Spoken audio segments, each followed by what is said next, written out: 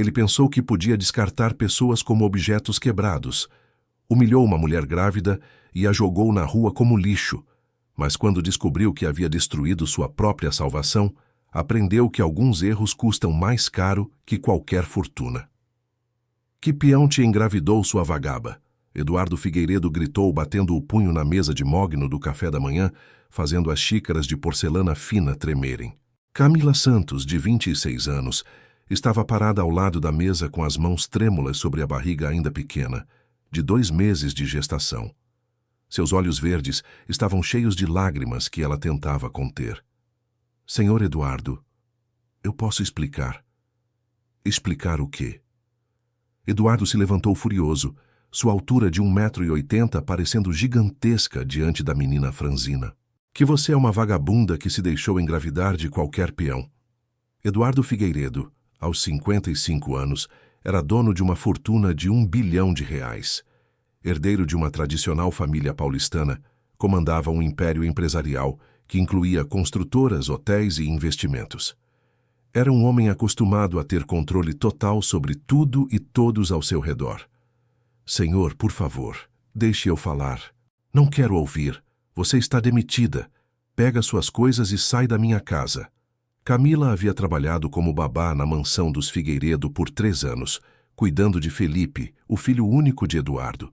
Era uma garota órfã que havia encontrado na família uma segunda chance na vida, dedicando-se integralmente ao menino de 15 anos como se fosse seu próprio irmão. Por favor, senhor Eduardo, ela implorou. Eu preciso deste emprego. Não tenho mais ninguém no mundo. Deveria ter pensado nisso antes de abrir as pernas. A crueldade das palavras atingiu Camila como tapas na cara. Ela sabia que Eduardo era um homem duro, mas nunca havia presenciado tamanha frieza. Gente como você, Eduardo continuou com desprezo. Nasce para servir, não para ser mãe. Você acha que vai usar esse bebê como desculpa para arrancar dinheiro de mim? Eu nunca faria isso, senhor. Claro que faria. É isso que gente da sua laia sempre faz. Arruma um filho qualquer e vem pedir os direitos pro patrão. Felipe, que havia descido para tomar café da manhã, presenciou a cena e tentou intervir. Pai, por que está gritando com a Camila? Volta pro teu quarto, Eduardo berrou para o filho. E você? Ele se virou novamente para Camila. Tem 5 minutos para sair da minha propriedade. E se eu descobrir que você anda espalhando mentiras sobre esta família, vou te processar até você perder até a roupa do corpo. Você acredita que as pessoas podem mudar mesmo depois dos piores erros? Junte-se às várias pessoas que acompanham nossas histórias inspiradoras.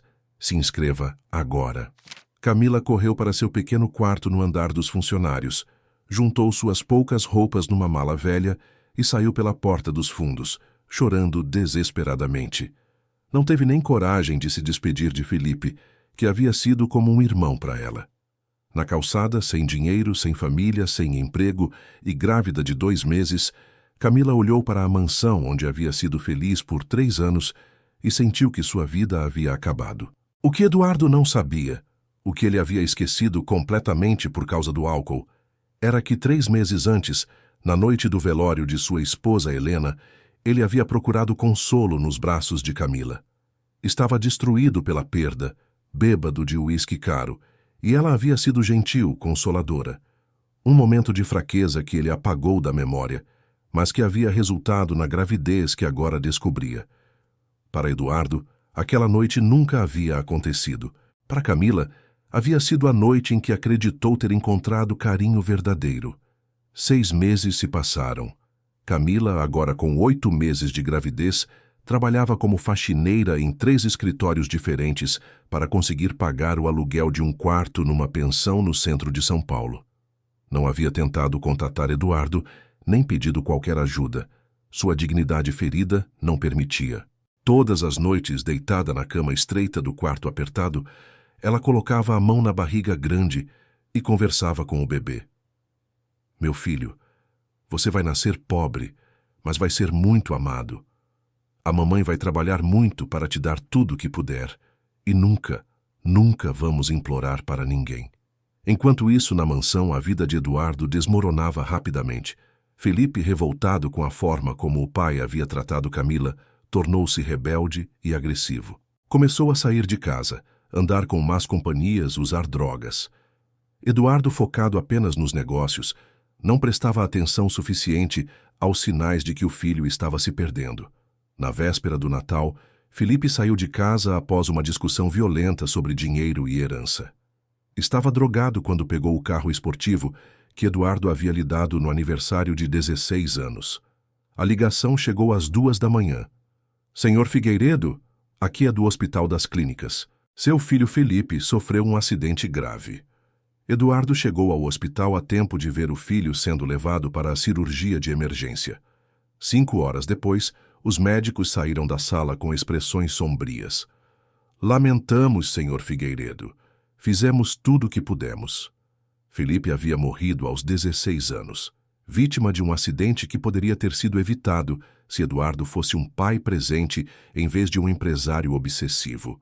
No funeral do filho, Eduardo estava sozinho. Havia colegas de trabalho, funcionários, bajuladores interessados em sua fortuna, mas não tinha família, não tinha amigos verdadeiros. Havia construído um império financeiro, mas sua vida pessoal era um deserto. 2 semanas após o enterro de Felipe, Eduardo começou a sentir dores abdominais intensas. Inicialmente achou que era estresse pelo luto, mas as dores pioraram. Procurou o médico particular. Dr. Henrique Sampaio, oncologista renomado, entregou o resultado dos exames com expressão grave. Eduardo, preciso ser direto. Você tem câncer no pâncreas em estágio avançado. O que isso significa? Significa que você tem, no máximo, 6 meses de vida. Eduardo sentiu o mundo desabar pela segunda vez em 1 mês. Primeiro havia perdido o filho, agora estava perdendo a própria vida. Existe tratamento? Quimioterapia pode prolongar um pouco, mas... Eduardo, você precisa colocar seus assuntos em ordem. Naquela noite, sozinho na mansão vazia, Eduardo pensou em tudo que havia conquistado. Empresas, propriedades, investimentos que valiam bilhões. Mas não tinha ninguém para deixar tudo isso. Não tinha herdeiros. Foi então que se lembrou de Camila. Havia algo que o incomodava sobre a gravidez dela. A data não fazia sentido com sua demissão. Se ela estava grávida de 2 meses em junho, havia engravidado em abril. E em abril, Eduardo tentou se lembrar do que havia acontecido em abril. Sua memória estava nebulosa por causa do álcool que consumia excessivamente naquela época, logo após a morte de Helena. Por impulso, ligou para seu médico. Doutor Henrique, preciso fazer um teste de paternidade. Paternidade? Você tem um filho que não conhece? Talvez. É complicado. O médico explicou que seria possível fazer o teste usando o material genético coletado durante os exames de câncer que Eduardo havia feito. Preciso de uma amostra do DNA da suposta mãe ou da criança. Eduardo contratou um investigador particular para encontrar Camila. Não foi difícil. Ela não havia se escondido, apenas estava vivendo uma vida anônima na pobreza. O investigador voltou com informações detalhadas. Camila Santos, 27 anos, grávida de 8 meses, trabalhando como faxineira, morando numa pensão no Brás. E a data estimada da concepção batia exatamente com a noite do velório de Helena. Eduardo começou a se lembrar em fragmentos. Helena no caixão, ele bêbado, destruído, Camila consolando ele na biblioteca, os dois chorando juntos. E então... Meu Deus, ele murmurou sozinho no escritório. O filho é meu. O teste de paternidade, feito discretamente com uma amostra de cabelo que o investigador conseguiu, confirmou. 99,9% de probabilidade de que Eduardo Figueiredo era o pai do bebê que Camila carregava. Eduardo ficou em choque por dias. O filho que havia rejeitado, a mulher que havia humilhado, carregavam seu último herdeiro. A criança que poderia continuar sua linhagem, herdar seu império, dar significado à sua fortuna bilionária. E ele havia destruído tudo com sua arrogância e preconceito. A primeira tentativa de contato foi um desastre. Eduardo foi até o prédio onde Camila morava, no Brás. Quando ela o viu saindo do Mercedes na porta da pensão, entrou em pânico e correu. Camila, espera, preciso falar com você. Mas ela desapareceu entre as vielas do bairro, assustada e grávida de 9 meses. Eduardo voltou no dia seguinte, e no outro, e no outro. No quarto dia, Camila finalmente o enfrentou. — O que você quer? Ela perguntou, a barriga imensa sob o vestido simples. — Camila, eu preciso te contar uma coisa. Se veio me oferecer dinheiro para ficar calada, pode ir embora. Eu não contei para ninguém sobre aquela noite e nunca vou contar. Eduardo ficou surpreso. Ela se lembrava da noite que ele havia esquecido. Você lembra? Lembro de tudo. Lembro de você chorando nos meus braços. Lembro de você dizendo que se sentia sozinho. Lembro de você me fazendo sentir especial por uma noite. Camila tinha lágrimas nos olhos. E lembro de você me chamando de vagabunda e me expulsando de casa 6 meses depois. Camila, eu estava bêbado naquele dia. Não lembrava da nossa noite juntos. E isso muda alguma coisa? Você me tratou como lixo humano. Eu sei. E peço perdão. Camila riu amargamente. Perdão? Agora? Depois que descobriu que pode precisar de mim? Eduardo abaixou a cabeça. O filho é meu, não é? E daí? Daí que eu estou morrendo, Camila, câncer. 6 meses de vida no máximo. Camila o olhou com uma mistura de choque e satisfação amarga. E você quer o quê? Que eu tenha pena de você? Quero conhecer meu filho. Seu filho? Camila explodiu. Este bebê é meu filho. Eu que carreguei ele sozinha. Eu que trabalhei grávida para sustentar ele. Eu que aguentei humilhação e desprezo. Você perdeu qualquer direito sobre ele quando me chamou de vagabunda. Eduardo tentou se aproximar, mas Camila recuou. Camila, por favor. Por favor? Onde estava seu por favor quando eu implorei para você me dar uma chance? Quando eu disse que precisava do emprego? Eu estava errado. Errado! Camila gritou, chamando a atenção dos vizinhos. Você me destruiu. Me fez sentir um lixo. Me jogou na rua grávida, sem dinheiro, sem família. Eduardo estava com lágrimas nos olhos. Eu sei, e me arrependo todos os dias. Arrependimento não paga aluguel. Arrependimento não compra comida. Arrependimento não apaga a humilhação. Camila se virou para entrar na pensão, mas Eduardo a seguiu. Camila, eu posso compensar. Posso te dar dinheiro, uma casa. Agora você pode me dar? Quando precisa de mim? Ela se virou furiosa. Onde estava essa generosidade quando eu precisava de você? Camila, por favor, me dê uma chance de conhecer meu filho. Não. Como não? Não. Este bebê não tem pai. Tem apenas uma mãe que vai amar ele mais que tudo no mundo. Eduardo sentiu desespero tomando conta dele. Camila, ele é meu herdeiro, minha linhagem. Tudo que construí pode ser dele. Não quero seu dinheiro sujo. Não é sujo. É o trabalho de uma vida inteira. É o trabalho de uma vida inteira humilhando pessoas como eu. Camila entrou na pensão e bateu a porta. Eduardo ficou do lado de fora pela primeira vez em 55 anos de vida, completamente impotente. Nos dias seguintes, Eduardo voltou várias vezes. Às vezes Camila falava com ele, às vezes não. Mas mesmo quando falava, a resposta era sempre a mesma. Não. Uma semana depois, Camila entrou em trabalho de parto. Eduardo soube através do investigador que havia contratado para monitorá-la discretamente. Correu para o hospital público onde ela havia sido internada. Chegou a tempo de vê-la sendo levada para a sala de parto. Tentou segui-la, mas foi impedido pelos seguranças. Senhor, só familiares podem entrar. Eu sou o pai. O nome do senhor não está na documentação. Eduardo ficou horas na sala de espera, como qualquer pai nervoso esperando o nascimento do filho. Mas não era qualquer pai. Era um bilionário que havia descoberto tarde demais o valor das coisas realmente importantes. Às 6 da manhã, nasceu Miguel Santos, um menino saudável de 3 quilos e 200 gramas. Eduardo conseguiu vê-lo através do vidro do berçário. Era uma criança linda, com traços que lembravam Felipe quando bebê, seu filho, seu último herdeiro. Tentou entrar no quarto de Camila, mas ela havia deixado instruções para que ele não fosse permitido. Camila, por favor, deixe eu ver meu filho, ele gritou do corredor. Vá embora, ela gritou de volta. Eduardo passou os 3 dias que Camila ficou internada dormindo na sala de espera do hospital. Os seguranças tentaram expulsá-lo várias vezes, mas ele sempre voltava. No dia da alta, Camila saiu pela porta dos fundos do hospital para evitá-lo. Eduardo voltou para casa destroçado. Tinha um filho lindo, saudável, que seria seu herdeiro perfeito, mas não tinha direito de conhecê-lo por causa dos próprios erros. Naquela noite, ligou para seu advogado. Doutor Márcio, preciso mudar meu testamento. Mudanças na distribuição dos bens? Quero deixar tudo para uma criança, Miguel Santos, filho de Camila Santos. Uma criança? Eduardo, você tem um filho que eu não conheço? Tenho. E a mãe dele não quer que eu conheça ele por causa dos meus erros. Eduardo contou toda a história para o advogado, que ficou chocado com os detalhes. Eduardo, você pode entrar na justiça pelo direito de visitas. Não quero forçar nada. Quero merecer. Como? Não sei ainda, mas vou descobrir.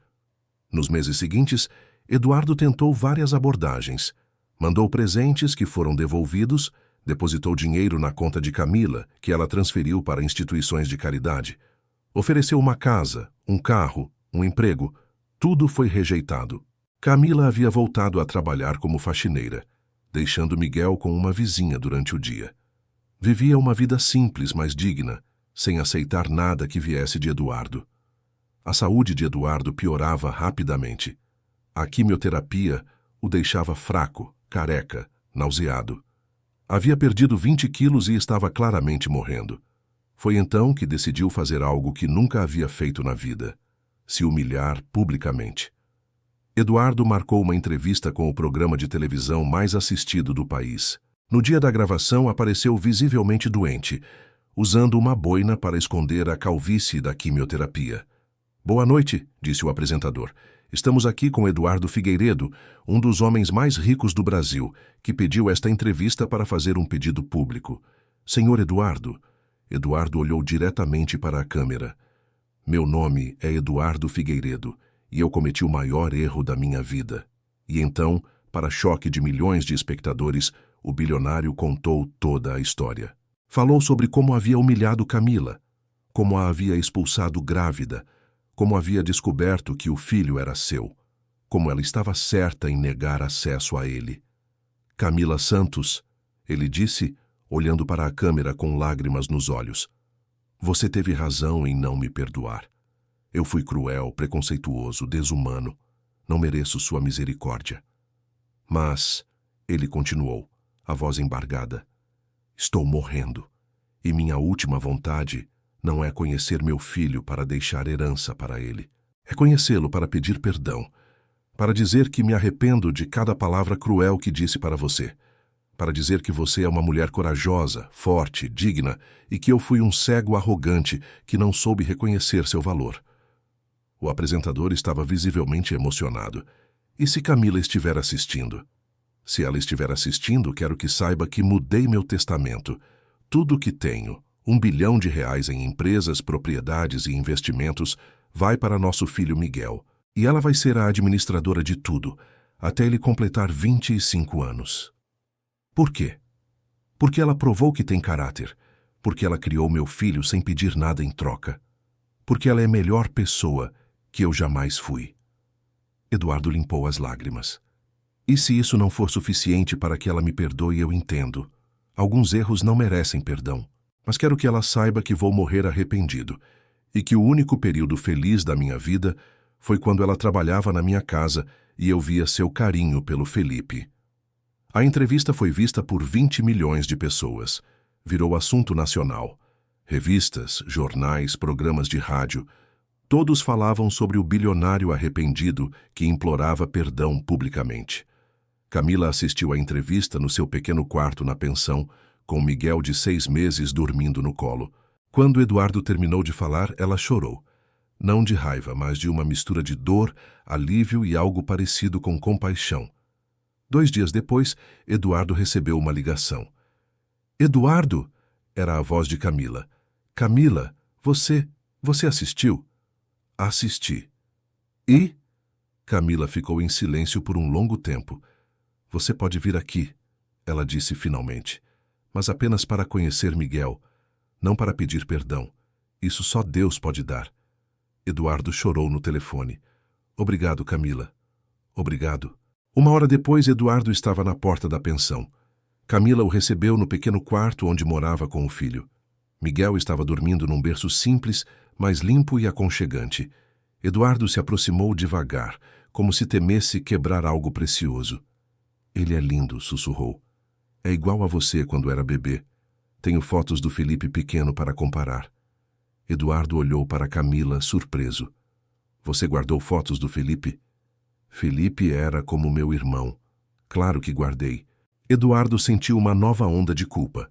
Havia expulsado uma mulher que amava sua família como se fosse dela própria. Posso segurá-lo? Camila hesitou, depois assentiu. Lava as mãos primeiro. Eduardo lavou as mãos no tanquinho do quarto e, com cuidado infinito, pegou o filho no colo pela primeira vez. Miguel abriu os olhos, grandes e escuros como os de Eduardo, e o olhou com curiosidade infantil. Oi, meu filho, Eduardo sussurrou. Desculpa o papai ter demorado tanto para te conhecer. Camila observou a cena e, pela primeira vez em meses, sentiu que havia feito a escolha certa. Eduardo visitou Miguel todos os dias pelos próximos 2 meses. Nunca ficava muito tempo, nunca pedia mais do que Camila estava disposta a dar. Sempre tratava ela com o máximo respeito. Lentamente, Camila começou a ver mudanças reais nele. Eduardo estava mais magro, mais fraco por causa do câncer, mas também mais humano. Falava suavemente, ouvia quando ela falava, pedia a opinião dela sobre Miguel. Camila, ele disse um dia, posso te fazer uma pergunta? Pode. Por que você me perdoou? Depois de tudo que fiz. Camila pensou antes de responder. Porque guardar raiva estava me machucando mais que você. E porque Miguel merece conhecer o pai, mesmo que por pouco tempo. Eu não mereço sua generosidade. Não. Mas meu filho merece ter uma família, mesmo que seja complicada. Eduardo sorriu através das lágrimas. Obrigado por me dar uma chance de ser pai de verdade. Nos últimos meses de vida, Eduardo aprendeu coisas que nunca havia experimentado. Trocar fraldas, dar mamadeira, cantar canções de ninar.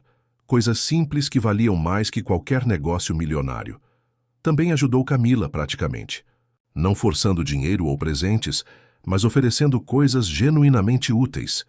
Pagou um curso de administração para ela, comprou um apartamento pequeno, mas digno, contratou uma babá para que ela pudesse estudar. Por que está fazendo isso? Camila perguntou. Porque você vai administrar R$1 bilhão quando eu morrer. Precisa estar preparada. Eduardo, eu não quero seu dinheiro. Não é meu dinheiro, é de Miguel. E você é a única pessoa no mundo em quem confio para cuidar do futuro dele. Eduardo morreu numa manhã de terça-feira, 5 meses depois de conhecer Miguel. Estava no hospital, com Camila e o filho ao lado da cama. Camila, ele sussurrou com as últimas forças. Obrigado por me ensinar o que é amor verdadeiro. Obrigada por me dar, Miguel, ela respondeu. Eduardo sorriu, olhou uma última vez para o filho que dormia no colo de Camila e fechou os olhos em paz. O funeral de Eduardo Figueiredo foi um dos maiores já vistos em São Paulo. Empresários políticos, celebridades, todos vieram prestar homenagens ao bilionário. Mas na primeira fila, segurando Miguel no colo, estava Camila. Não mais a babá humilhada, mas a herdeira de um império e a mãe do futuro mais rico do Brasil. No testamento, Eduardo havia deixado instruções detalhadas. Toda sua fortuna deveria ser usada primeiro para garantir educação de qualidade para Miguel, depois para criar fundações de apoio à mãe solo em situação de vulnerabilidade. Quero que meu dinheiro repare o mal que fiz. Estava escrito numa carta deixada para Camila. Use-o para ajudar outras mulheres que passaram pelo que você passou e ensine Miguel que riqueza sem humanidade não vale nada. Hoje, 5 anos depois, Camila administra um dos maiores conglomerados empresariais do país. Miguel, agora com 5 anos, estuda na melhor escola de São Paulo, mas também passa tardes ajudando em projetos sociais. Mamãe, ele perguntou um dia, por que meu papai demorou tanto para me conhecer? Camila pensou cuidadosamente na resposta. Porque às vezes os adultos cometem erros grandes, meu amor.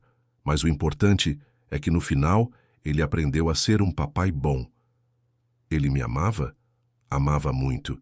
E deixou tudo o que tinha para você porque queria que você fosse feliz. E você perdoou ele? Camila sorriu. Perdoei, porque perdoar fez bem para mim, para você e para ele. Miguel assentiu, satisfeito com a resposta. Naquela noite, depois de colocar Miguel para dormir no seu quarto no penthouse que agora era deles, Camila olhou pela janela, a cidade de São Paulo brilhando lá embaixo. Pensou no caminho longo e doloroso que havia percorrido, de babá humilhada a bilionária respeitada, de mãe solo desesperada a matriarca de um império empresarial. Mas principalmente pensou em Eduardo e em como o perdão havia transformado não apenas a vida dele, mas a dela própria. A raiva que carregava havia se transformado em força. A humilhação havia se tornado dignidade. A pobreza havia virado abundância. E tudo isso porque havia escolhido ser maior que o mal que recebeu. Do céu, Eduardo observava a família que havia quase destruído, mas que no final havia salvado.